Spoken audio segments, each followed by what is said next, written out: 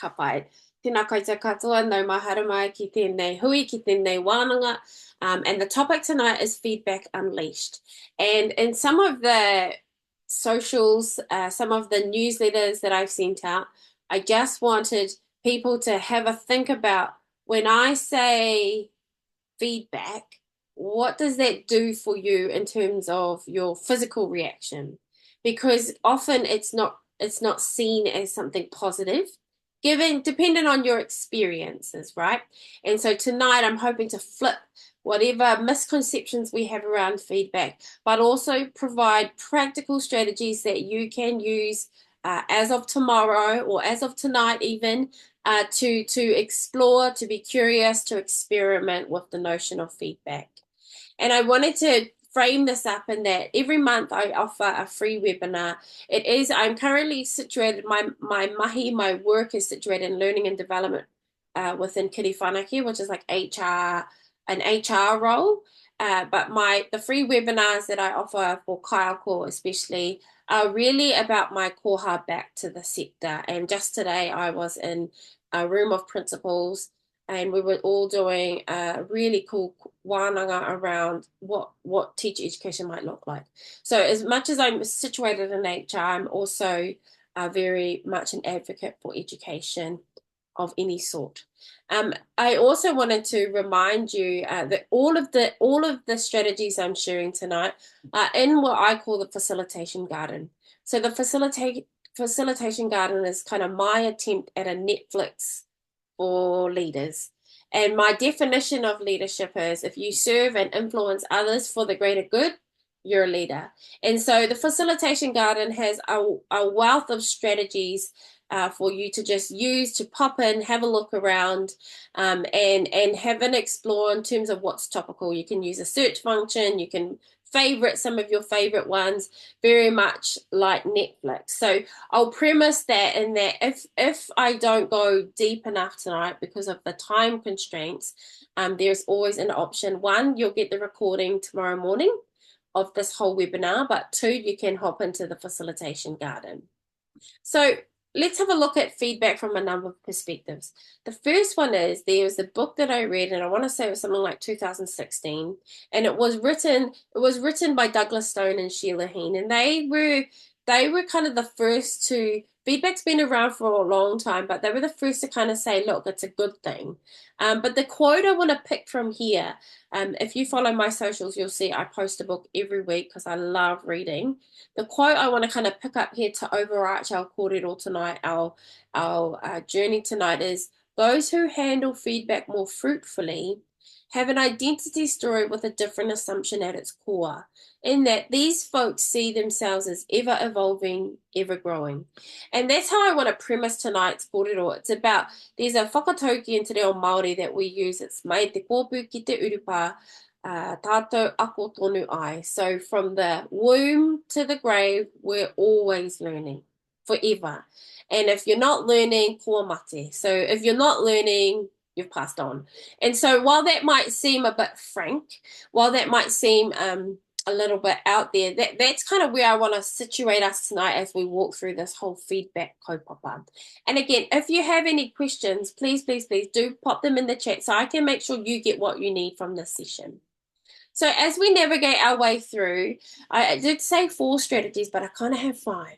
And I always do that. I always try and give all the things. I want to give you all the things. There are 5, but tonight we will dive into reframing feedback as a koha. And that's really about me supporting your understanding of feedback with relation to brain science. Then we'll look at strategies, traffic light feedback, scale up by 1 feedback. The 4th strategy is actually going to be called feed forward, and then reflection models. Okay? So let's kick straight into it. The first one is reframing feedback as a koha. And before I give the content of that particular strategy, what I want to indicate here is the brain science around how we react, right? So the brain wants to do 2 things. It wants to minimize risk, maximize reward. Minimize risk, maximize reward. So our brains are wired to seek rewards and avoid risks. So when we do something enjoyable, our brain releases dopamine, which makes us feel good and motivates us to repeat those actions. On the flip side, though, if our brain is coming under threat, or it feels like or if it detects threat or potential dangers, it kind of starts to shut down, and we then increase our cortisol, which is the stress level. So understanding the two functions, minimize risk, maximize reward, understanding this helps us create environments that maximize rewards and minimize risk. But what does that mean for feedback? Predominantly, feedback is given, and you will have received feedback in your journey, but feedback can often feel like it's a threat. And so when you feel like it's a threat, your brain automatically jumps into the high stress cortisol, right? So that why I say that is because I want to share with you what that might look like in practice. So if we look at, there are four responses to threats: fight, flight, freeze, and fawn. And the physical reaction to these look different, right? So in fight, you might feel highly elevated, you might have a faster heartbeat, you feel high energy. Whereas in freeze, it feels heavy. You're almost like, it's like concrete, right? Your whole body kind of just stays numb or still. And the fawn, which is kind of a new addition in the last decade or so in terms of the reactions to threat, you are almost feeling, fawning is like, it's okay, it's okay, it's okay, that kind of behavior, right? You're like hyper alert, and you're aware, but you're really trying to manage it. So it's okay, it's okay. And flight is where you just want to take off, right? So if we look, those are the four reactions to threat. Where we want to situate feedback is in that window of tolerance above, where we actually feel grounded. And if you think about that first quote about identity, we feel grounded in who we are, and we're receiving the feedback as a gift. So that's where I'm taking us tonight. I'm encouraging us all to reframe feedback as a gift. Koha in Te Ao Māori, and the essence of koha in Te Ao Māori is, in its true meaning, is a gift or something given with an open heart, a gesture of gratitude, respect, and reciprocity. So if we reframe feedback as a koha, it embodies the spirit of manaakitanga, of caring, of reciprocal relationship, that we're giving it in goodwill. Unlike a transaction, a koha is not measured by what's in it for me. It's not measured by its material value, but by the aroha and intention behind it. So when we now look at feedback, if I may present to you a metaphor for any feedback we give. So if you've been following my socials, I just mentioned the other day how what I want us to think about is any feedback is a gift, and even those delivered in the not so nice way, right? So a story that I'll share. When I was working overseas, I worked in a very, very diverse team, multinational, multilingual team. And so we're all educators, we all will get this. But in our team, there were 13 different classrooms. And every classroom, there was this little pot of Lego. So my brain is like, that just doesn't make sense. So a little pot of Lego, every class is 15 children. So my brain instantly thinks, as I'm the team leader, I'm the curriculum coordinator, and I'm the coach for the space. My brain's like, oh, we should just put those all together so that at least 3 children can play with the Lego and like actually make something, right? So here I go around the classrooms, I collect all the Lego, I'm trying to make a set that would actually be able to build something, right? That you can actually make or be creative with it. The very next day, one of my teachers literally barged up to me and yelled at me and said, "You always do this, Nikita. You just make decisions without even asking. I didn't want my Lego shared with everybody else. My children like that Lego." And so at the time, I'm like, whoa, first of all. But in hindsight, I think that was feedback. because actually she's kind of right. Even though her gift wasn't packaged beautifully like we see on the screen here, even though it wasn't kind of presented to me with much love or aroha, they're still learning in what she was saying. And it's true because I'm the oldest in my family. Of course, I'm responsible. I'm like the bossy one. It's true. I go and make decisions because I can. And so having come away from that experience and being very strong in who I am, my values, my beliefs, my identity, I'm now have a little giggle. It might not have been given to me in a beautiful package, but it was still feedback, right? So that's how I want to position us tonight, is that use shifting our frame of feedback being this, but anything given to us for our growth and our reflection, for our learning and reflection, is feedback, and it's a gift. And so we say thank you, right? Please just pop any questions in the chat if you're curious about or anything is occurring for you that you need some clarification on. And so with that, right? So now that we've reframed feedback as a gift, one of the ways I see this now is, oh, cool. Okay, a koha, usually given with aroha. You can open the gift and use it. So I might take that feedback straight away, use it. Or I could put it away to use another day, very much so like the scenario of someone yelling at me. Or I could ponder how I might use it, right? So in my mind, I'm thinking of towels, right? I often get towels for Christmas. I can either open the gift and use it. I can either put it away and use it another day. I could ponder how to use it, given that we have already got enough towels. I get to choose how to use it. But I also get to be thankful for the piece of information that will help me reflect and grow. And like any koha or gift, we receive it gratefully and we say thank you. Even if I have 100 towels in my cupboard, I will still say thank you. So that's how we're positioning, reframing feedback tonight, is whatever it's delivered in, whatever way it's communicated, it is a piece of information that can help you learn and grow. Okay?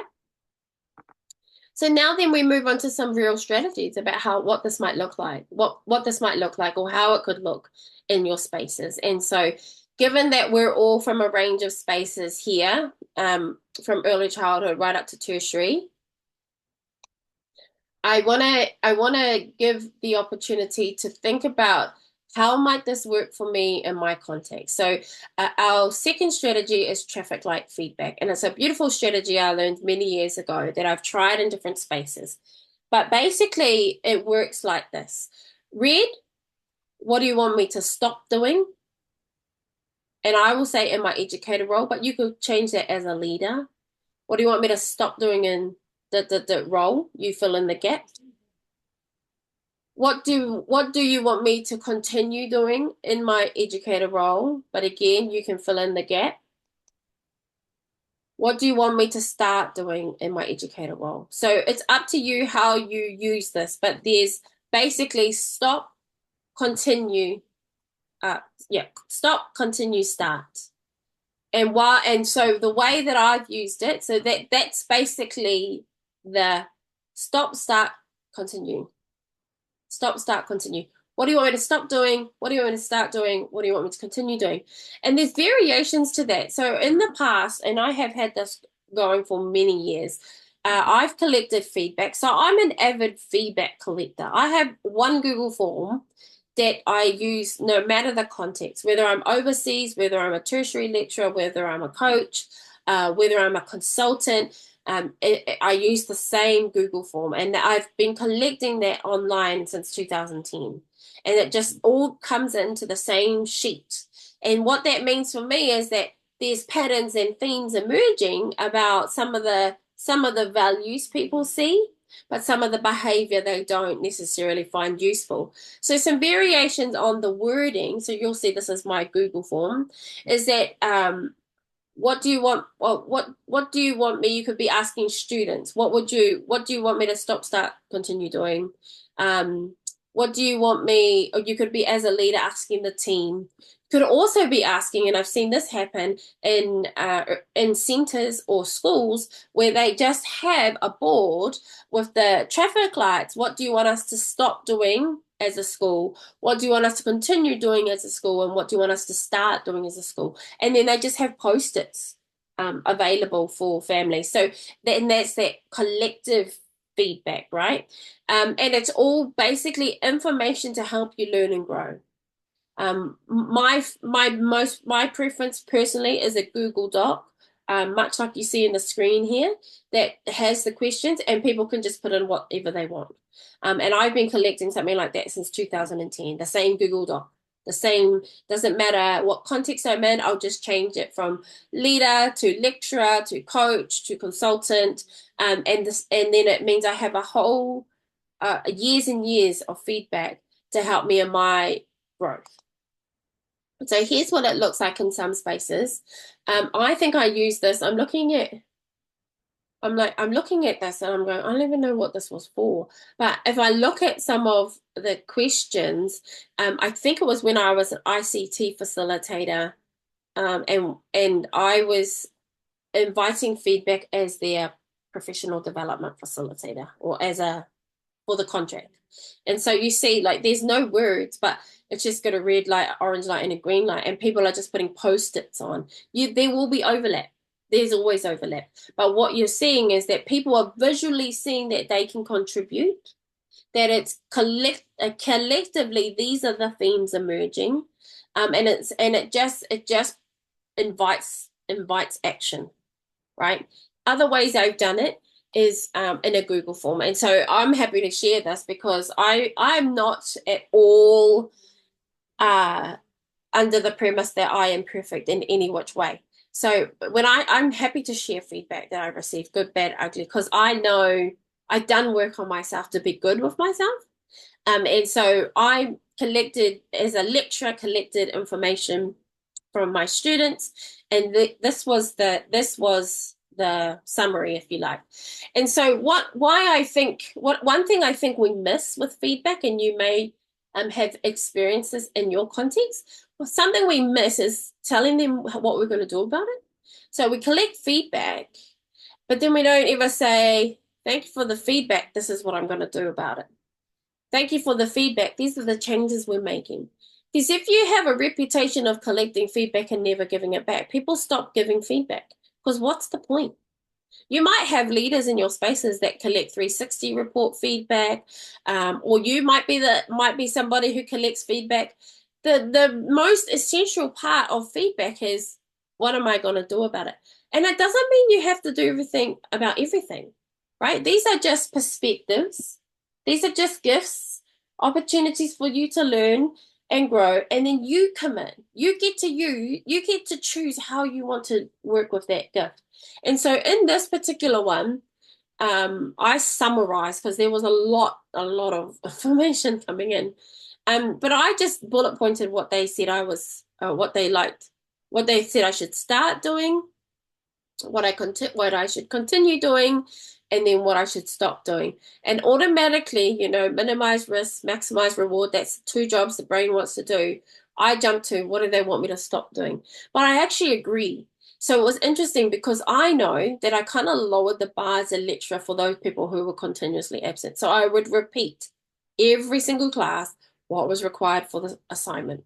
And so, if you're a student turning up every single class, well, that's boring. So I absolutely agree. And so I stopped doing it. And so what I did as a result and shared back to the students was, I will record myself walking through what the requirements of the assignment are, and it's on you to have a look at what that. So I didn't ever have to use class time. We did it once, and then they asked the questions to clarify, and then right? So I wouldn't have changed my practice had I not got that feedback. And it's funny to say, like, I'm a big advocate that if you're going to give feedback, you should put your name to it. But I'm learning that not everyone is comfortable giving feedback. And I'll talk about that in a moment. But also you'll see there has me time. And that was just because I was fully committed, and like many of you, to the role. And now I know, and this is good feedback too, that that's not sustainable to always to go over and above all of the time. It's not sustainable. So I had to come to a space where it was. So those are ways that the feedback, the traffic light feedback have surfaced. And you will have ways, be creative with, and I always say in the facilitation garden videos, you know your people better than I do. And so tweak it so that it works for you and your community and your people. So that's a traffic light feedback. The next one is feed forward.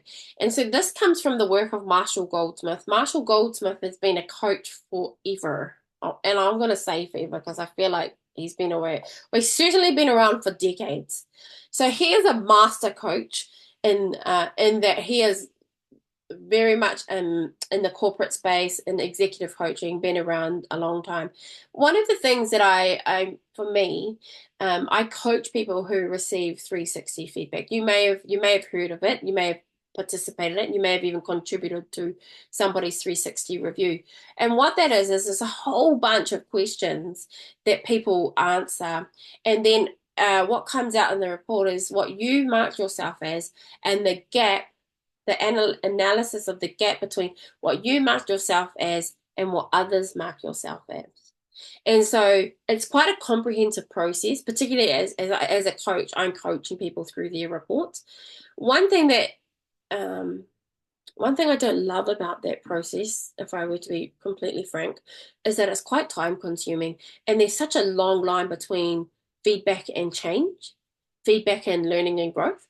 And so feed forward, I'm about to share with you, is a really cool strategy that can really be used anywhere, anytime. Tonight. You can use this tonight. So the way that it works, so I've got two strategies here. I've got feed forward and I've got scale up by one. They're very similar but slightly different. So I'll go through them both and you choose which one works for you. The first one is feed forward. So here's how Marshall Goldsmith encourages us to get feedback. Firstly, he says, describe clearly what your goal is. So you might say, I want to get better at relationships. So you own the action. It's not about as a team, I'm going to own this action. So I do a lot of work with leaders around listening. So I might say, I want to get better at listening in team meetings, right? So these are clear and simple goals. I'm going to get better at listening in team meetings. And it's up to you what you choose for your goal. And then the next part to that strategy is you ask people whether you know them or not. Can I ask for do you have two creative suggestions for me on how I might get better at listening? Right? So you've articulated your goal. I really want to get better at listening in team meetings. Do you have two creative suggestions for me to help me get better at that goal? What that does, the insertion of the word creative automatically gives permission for people to not have the right answer, but just an answer. Creative means I don't have to think inside the box. I can think outside the box. I can just offer you two creative suggestions. Two creative suggestions gives permission for it to be wide open, whether it's achievable or not. And then the next part to that is listen carefully and write suggestions down, right? So that's the role. Is that you're not debating, you're not adding anything. You're just listening carefully and writing suggestions down. And the key part to this is to say thank you. No excuses, no defensiveness, no judgment, no critique, no stories. Just thank you. And so have a think about, take a macro view on this and think, how might that play out? So what this does when you say thank you, no excuses, no defensiveness, no judgment, no critique, no stories, it helps people helps you create that culture of feedback. A lot of people don't give feedback for fear of repercussions, right? And that's, and you will have all experienced this when you give feedback to somebody and they are emotionally devastated. When you give feedback to somebody and then they give you the silent treatment. When you give feedback to somebody and then they get angry. You will have experienced some level of a not great repercussion. So feed forward is a wonderful way to rewire the way that we give and accept feedback. And so remember, we started with using feedback as a gift. It's a koha. Whatever the package, whatever the gift, It's still a koha, and we say thank you. This is the same thing. Is if you want to get feedback to help you grow, remember, if people are taking time out to say something that might help you grow and elevate, that's a gift. That's a gift. And it's very rare that you get people who don't want you to learn and grow, whether you are a great leader or not. And so say thank you, no excuses, no defensiveness, no judgment, no critique, no stories, just thank you. And so we do sometimes have to unlearn what feedback means and what we do with it. So don't ask for feedback if you're not going to do anything with it, right? That's the next thing. It's like we often ask for feedback because we have to tick the box and say, oh, we need feedback. But unless you're going to do something with it, whether you're reporting back, whether you're saying thank you, whether you're saying I'll take that into consideration, there's no point asking for it. So our next strategy is scale up by one feedback. This is very similar to the feed forward, but in this particular one, we're looking at how might we, well, firstly, the purpose of it is to promote self-awareness and continuous improvement. That's the goal of feedback, is I just want to get better at what I'm doing, but I want to embrace multiple perspectives to help me reflect and learn and grow, to foster trust and collaboration with the team. If you are pulling feedback, so that's what they talk about in the thanks for the feedback. Keegan and Leahy also, if you are pulling feedback, you automatically gain credibility if you are doing something with the feedback, acknowledging the feedback. Thank you for the feedback. Integrate feedback as a natural part of your leadership practice. So I'm talking about leaders here, but it's relevant for everybody. So some examples, very much like the previous feed forward strategy. What I'm doing here, though, in scale up by one, is that I'm just asking for people to give a rate, right? So, and I choose 1 to 7. People always say to me, why 1 to 7? Well, often most scales in the history of the world are either 1 to 5 or 1 to 10. So when I say 1 to 7, I'm already disrupting your norm, your cognitive flow, because 1 to 7 is random. 1 to 7 is, there's always a 1 to 3, 1 to 5, 1 to 10. 1 to 7 makes you kind of lean in a little bit more because it's unusual. So then if I were to try and get some feedback, I might say to somebody, whether you know them or not, it could be your family tonight. How would you rate my ability to listen? Right? And so I've done this so many times, it's become part of just what I do. And so then, and whatever the kaupapa is, whatever your goal is, right? That's what you do. But the way that this rolls out is, how would you rate my ability to listen? If the person says, oh, I think, on a scale of 1 to 7, if this person says, I think you're a 5, and you say, thank you, what's one thing you think I could do to get to a 6? Right? We're not asking for grandiose, major, life-changing behaviors. What's one thing you think I could do to get to a 6? So it's quick, low stakes, fast, right? And much more practical. What's one thing you think I could do to get to a 6? If you have staff or people that come, people that will say to you, and whatever, it could be, how would you rate my ability to facilitate a meeting? And they say, oh, you're on a scale of 1 to 7. And they say 7, you say, thank you. What's one thing you think I could do to get to an 8? Right? We just want to scale up by 1. And what this looks like in terms of the neuroscience is that we often, when we look at the neuroscience, that small, subtle changes in behavior are much more sustainable than grandiose changes, right? So where your focus goes, where your energy flows, your focus goes. So we're looking at micro behaviors that we could change, that we could ponder, that we could think about. And I'm not saying you have to change everything you get feedback on, but I do think take into consideration what you're receiving as a gift. So somebody comes to you and they say you're a 2. And you say, cool, what's one thing I could do to get to a 3? Right? Other than like that physical reaction, like, well, I'm not a 2. Right? But remember, we're reframing feedback as a gift, whatever package it's delivered in, whatever package it's given, whatever way, which way it's passed on. So scale up by 1 is literally saying, how would you rate my ABC? Thank you. what's one thing I could do to get to the next level? Okay. So that is rate my scale.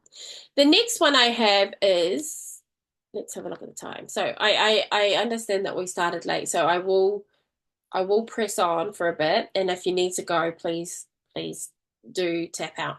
So the next one is reflection models. So from my perspective, the best, well, no, let me frame it up like this. So the art of feedback is very much about the person giving it, right? If I'm in a team and I'm saying to my leader, oh man, I just don't know if, well, I feel like you could do a little bit better at organizing the agenda beforehand, right? The new literature coming out is saying that that's more about me than the person I'm giving feedback to, right? So you think about it. If you were to give feedback to somebody in your team about something, it generally is about what you value and what you believe to be important. Now, I work with a lot of leaders within Aotearoa and abroad, and we talk about our unique leadership identity. And as part of that, we think about what are our core values, what gives us confidence, what gives us credibility, and what do we hope our contribution of consequences, like what is our legacy? So a lot of that work is around what are my core beliefs and values that drive my behaviors. And so often feedback is delivered in a way where it says more about the person delivering the feedback and what's important to them than the actual person receiving it. So I say that to premise what I'm about to talk about. And what I'm about to talk about is not new to many of you, and that reflection models are something that we all experience. We have very lots of interactions with reflection models through training, through professional growth cycle, through self-evaluations, appraisals, internal evaluations, all of that, right? So tonight I really want to just to end, so this is the last strategy, end with understanding or inviting you to think about what is important to me and what are my values and how do they keep showing up in the way, and am I living in alignment with my values? Now that's a story for another day. It's totally my jam. I love it. I love that work. But I want to walk you through now very quickly a number of reflection models, and my invitation, my encouragement to you is to look at where in your busy life are you taking time to reflect. And why I say so, when we think about learning, we think about feedback, receiving information, we think about that as breathing in. Reflection is breathing out. So where are we getting time to breathe out? So we're taking information in. Where are we putting space in our busy lives to reflect? And so in the most randomest metaphor, I'm going to pull in Kung Fu Panda. So actually, this happened 2011. I was sitting in a movie theater with my son and all his basketball friends, and some, you all know, sometimes very hard to switch off work, even though your body is there, your brain is still thinking.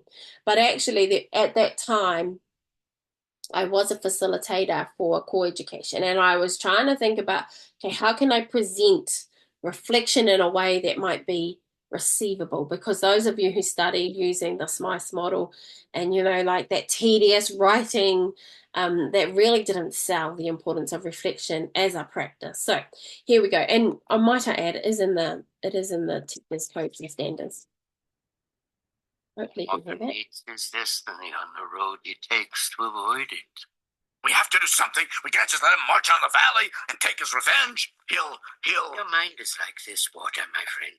When it is agitated, it becomes difficult to see. But if you allow it to settle, the answer becomes clear.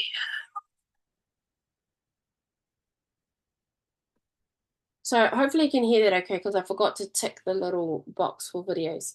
What the gist of that was, your mind is like this water. If you allow it to settle, everything is clear. And that's where I want us to kind of position reflection, is that that time to think, okay, let me take a beat out of my busy life to invest in me and to turn this breathing in to breathing out. And so, what I have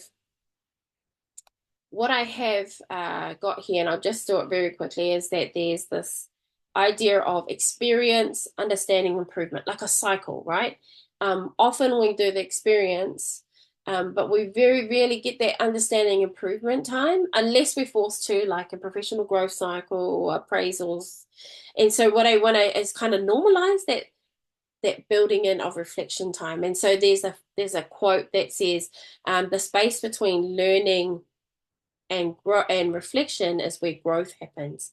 So it's almost saying unless you're reflecting on the experience, no growth is happening. And so I quickly just want to share where my reflection journey started. So back in 2007, I can't even remember if I think I was qualified. Oh yeah, I was qualified because I graduated 2001. So this little girl, Taylor, I was coming up as a supervisor in a early childhood center. Um, Taylor and I were in the playground, and one of back in the day when you could have cable reels and oh man, I'm aging myself here. When you could have cable reels and planks, like they were the playground. She climbed herself up and she wanted to walk and she'd watch all the other children walk across, right, from the plank to the other cable reel, from one cable reel to another. And I automatically want to go pull her down, right? Because I grew up in a family where everything was scary, everything was a risk. And so my whole heart wanted to go grab her and pull her down. And then a colleague of mine, whose threshold for risk was a lot higher than mine, said, trust her that she can get across. So here I am. I'm standing next to her, like I was totally not cool with like standing way back. I'm standing next to her, and she shimmies herself across this plank. But the elation when she gets to the other side was pure gold. And so I reflected on that because at the time we kind of had to, but didn't have to. But I was such a goody two shoes. I was reflecting on it, and so. But what I noticed about that was I taught myself a lot of things in there. One, trust her, but how many times had I stolen learning and success from children because of my values and beliefs and my limitations, and so if part of that is I documented it in handwritten photos, right? But part of that was also about how do I know where I've been and where I am now if I don't really have these points where I'm sitting down and breathing out and reflecting. And so since then, I moved on to a proper blog. So why I did that was because so what I've seen many, many times, you may have experienced it yourself, is that we start these portfolios or blogs in the institution that we're in, and it's tagged to the institution. And I could see so many people getting frustrated because they had all these beautiful reflections, but when they left the organization, they couldn't take it. So I've helped so many people rebuild websites, rebuild blogs, rebuild portfolios, all sorts. And I know it's not a requirement now, but I'm encouraging you to think about where is your space for breathing out. And so I created a blog in my own name, and I have taken that everywhere.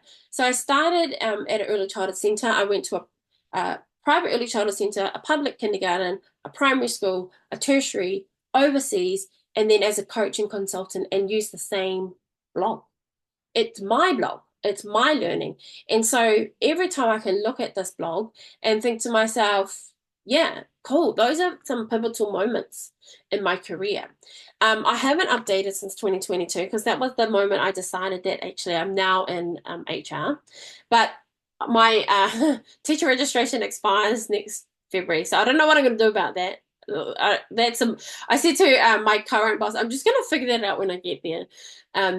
But So why I'm saying sharing this is that, it doesn't have to be grandiose, massive reflections, just a space for you to breathe out, whether it be through writing, whether it be through video, whether it be voice memo, whether it be images, whatever, just that space to breathe out and document your journey. So I will share one more video. Go ahead, Panda. Show us what you can do. Are they gonna watch, or should I just wait until I get back to work or something? Hit it. Okay. Yeah. I mean, I just ate. So I'm still digesting. So my kung fu might not be as good as later on. Just hit it. All right. So the key phrase there was later on, right? I'm still digesting. It might not be as good as later on. And so later on, this is where we come in with our reflection models. And again, I'm going to whiz through these. If you do want them, they're in the facilitation garden, but you'll also get a copy of this webinar. First one, Smythe model. See, I still have post-traumatic stress when I had to do this at uni because it was so intense. But what I want to highlight here is this is the kickback, right? So we describe what happened. What does this mean? What is the purpose of this? What are the theories? What are the values and beliefs that influence me? And how did I come to be this way? So regardless of whether you like this model or not, there's this kickback where you're like, how did I come to be this way? And actually, it's helped me a lot with leaders I work with leaders a lot on values, and they'll say, like even just today, somebody said service. Service is one of my values. And I'll say, what's the whakapapa? What's the story behind service? And then that you see them visibly go, and that's where confront for me is. It's like, why is service important to you? What's the story behind that? And we don't often, like the scenario with Taylor, take a minute. I can articulate very clearly now because I've been reflecting on it. Why did I want to pull Taylor off? What was that about? And unpacking that so that you are consciously not limiting others because of your beliefs and your limitations. And then reconstruct, how might I do things differently? That's the breathing out. That's the bit, what will I do differently? And it doesn't have to be formal, but it's just an opportunity to think, what will I do as a result of the reflection? The so what model is probably my favorite. What happened? So what does this mean for me? Now, what will I do differently? Perhaps this is the one that I would 99% use in my reflections in my blog. The lenses model encourage us to actively pull feedback from firstly yourself, then students, parents, colleagues, and some literature. So you're actively looking at perspectives or lenses different to your own, right? And so one of the things we talk about in coaching is that when you give advice, you're giving advice from your whakapapa, your lived experiences, your worldview. And so what you're wanting when in the lenses model is like you're actually actively looking for different perspectives. Other than your own for your growth and learning. The data model is about describing, analyzing, theorizing, acting. Same. It's very much the same as some of the other models. I'm just offering it as another example. The spiral model, yes, so this one is very comprehensive, and I've tried it, and I've tried it, and I've tried it. It's too much for me. But I mean, I can see that because this is my webinar, but I tried it. All right. I'm not one to put something down if I haven't given it a go myself. I tried it. It's out there. So do your own research is all I can say.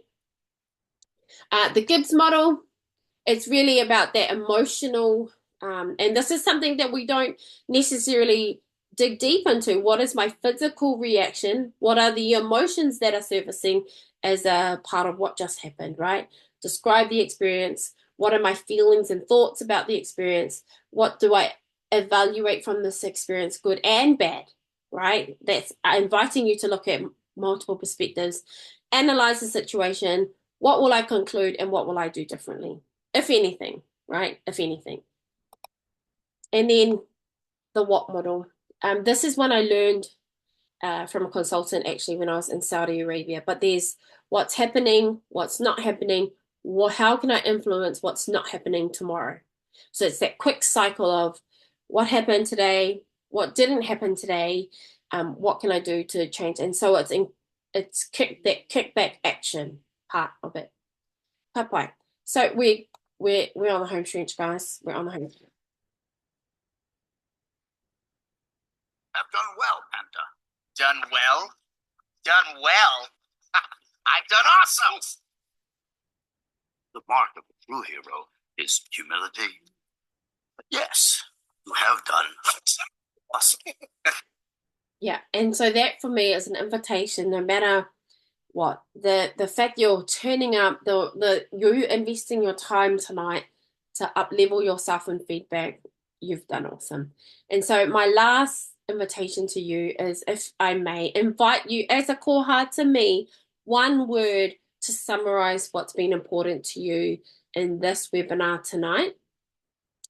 And then I will, if you could pop that in the chat, and then I will pop up my details. If you are interested in either email me, most of you have my email because I have shared that with you. But there's also, if you're not on my newsletter yet, that's there as well for you, or follow my socials. Really, this is a koha to education from me, even though I'm not situated in a school, in an education institute. It is my koha. And so please, if you have questions or have any further clarification, please do reach out to me in any which way, and I'll be sure to get back to you. So thank you, Vivian, for your koha tonight. Awakening. Kia ora. Really useful. Tēnā koe, Jeanette. I'll stop the recording.